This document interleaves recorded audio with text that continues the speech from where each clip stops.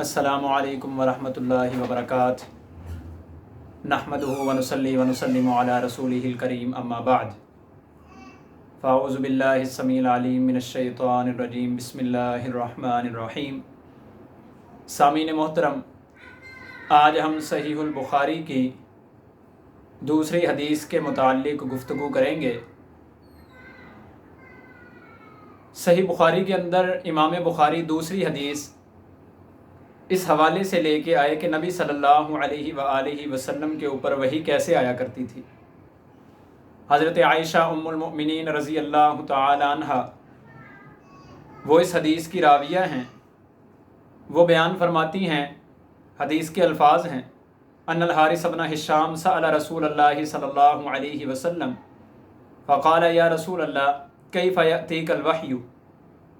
وہ فرماتی ہیں کہ ایک آدمی جس کا نام حارث بن ہشام تھا، اس نے اللہ کے رسول صلی اللہ علیہ وآلہ وسلم سے پوچھا کہ اے اللہ کے نبی، آپ کے اوپر وحی کس طرح آتی ہے، کس شکل کے اندر آپ کے پاس وحی آتی ہے؟ تو نبی صلی اللہ علیہ وآلہ وسلم نے اسے فرمایا احیانا یأتینی مثل سلسلۃ الجرس۔ بعض اوقات ایسے ہوتا ہے کہ مجھے ایک آواز سنائی جاتی ہے جیسا کہ گھنٹی کے بجنے کی آواز ہوتی ہے۔ وَهُوَ أَشَدُّهُ عَلَيَّ فَيُفْصَمُ عَنِّي وَقَدْ وَعِيتُ۔ اور وہ بڑی سخت گزرتی ہے میرے اوپر آواز، اور اس کے ذریعے سے جو ہے وہ میرے دل کے اندر اللہ رب العالمین کی طرف سے اس کلام کو ڈال دیا جاتا ہے، میں اس کو یاد کر لیتا ہوں۔ وَأَحْيَانًا يَتَمَثَّلُ لِيَ الْمَلَكُ رَجُلًا۔ اور بعض اوقات ایسا ہوتا ہے کہ فرشتہ جو ہے وہ انسانی شکل کے اندر، کسی آدمی کی شکل کے اندر میرے پاس آتا ہے۔ فَيُكَلِّمُنِي فَأَعِي۔ وہ میرے ساتھ کلام کرتا ہے، اللہ کا پیغام پہنچاتا ہے اور میں اس کو یاد کر لیتا ہوں۔ حضرت عائشہ رضی اللہ تعالیٰ عنہ بیان فرماتی ہیں کہ وَلَقَدْ رَأَيْتُهُ يَنزِلُ عَلَيْهِ الْوَحْيُ۔ میں نے اللہ کے رسول صلی اللہ علیہ وآلہ وسلم کو دیکھا کہ آپ کے اوپر وحی اترتی تھی فی الیوم الشدید البرد، سخت سردی کے اندر۔ فیفصم عنہ وان جبینہ لیتفسد عرقا۔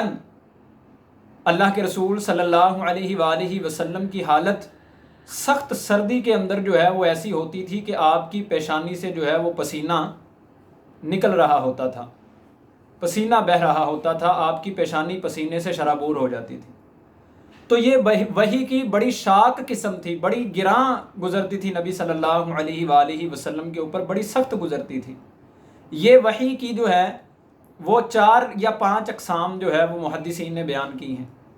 ایک تو یہ کہ آپ صلی اللہ علیہ وسلم کو کوئی آواز سنائی جاتی تھی اور آپ اس آواز کے اندر جو ہوتا تھا اس کو جو ہے وہ آپ یاد کر لیا کرتے تھے، وہ آپ کے دل کے اندر محفوظ ہو جاتی تھی۔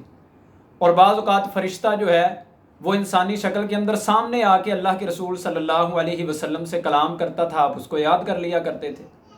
اور تیسری صورت یہ ہوتی تھی کہ بعض اوقات جو ہے وہ فرشتہ آسمان اور زمین کے درمیان اپنی جو ہے وہ اصلی شکل کے اندر بیٹھا ہوا ہوتا تھا، اللہ کے رسول صلی اللہ علیہ وآلہ وسلم کے اوپر جو ہے وہ اس طریقے سے وحی نازل ہوتی تھی۔ اور ایک جو ہے وہ صورت وحی کی یہ بھی ہوتی تھی جو شروع میں تھی کہ نبی صلی اللہ علیہ وآلہ وسلم کو خواب آیا کرتے تھے، یہ بھی ایک صورت تھی۔ اور 5ویں صورت یہ تھی کہ نبی صلی اللہ علیہ وآلہ وسلم کو جو ہے وہ الہام، آپ کے دل کے اندر جو ہے وہ کوئی بات ڈال دی جاتی تھی، یہ بھی جو ہے وہ وحی کی ایک قسم ہوا کرتی تھی۔ تو یہ 5 اقسام ہیں نبی صلی اللہ علیہ وسلم کے اوپر وحی آنے کی، اور یہ بڑی جو ہے وہ مشکل صورت ہوا کرتی تھی نبی صلی اللہ علیہ وسلم کے پاس جب وحی آتی۔ تو حدیث کے اندر الفاظ ہیں کہ جب وحی اترا کرتی تھی تو کیفیت یہ ہوتی تھی کہ آپ جس اونٹنی کے اوپر سوار ہوتے تھے وہ اونٹنی جو ہے وہ وحی کا بوجھ برداشت نہ کر سکتی تھی بلکہ بیٹھ جایا کرتی تھی۔ اور ایک صحابی اللہ کے رسول کے پاس بیٹھے ہوئے تھے، اللہ کے رسول کی ران جو ہے وہ ان کی ران کے اوپر تھی۔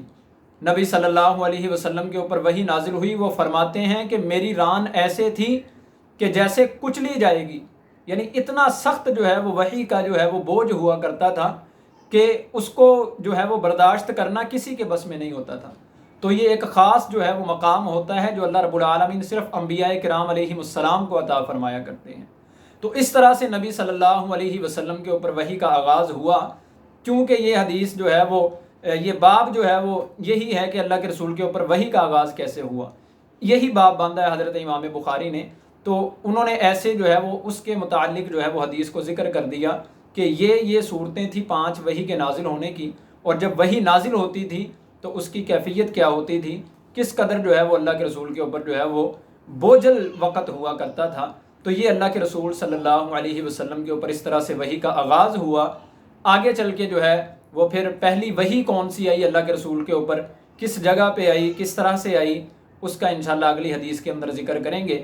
اللہ سے دعا ہے اللہ ہمیں اپنے اور اپنے رسول کی اطاعت کرنے کی توفیق نصیب فرمائے۔ جزاکم اللہ خیرا، احسن الجزاء۔ اقول قولی ھذا وما علی الا البلاغ المبین۔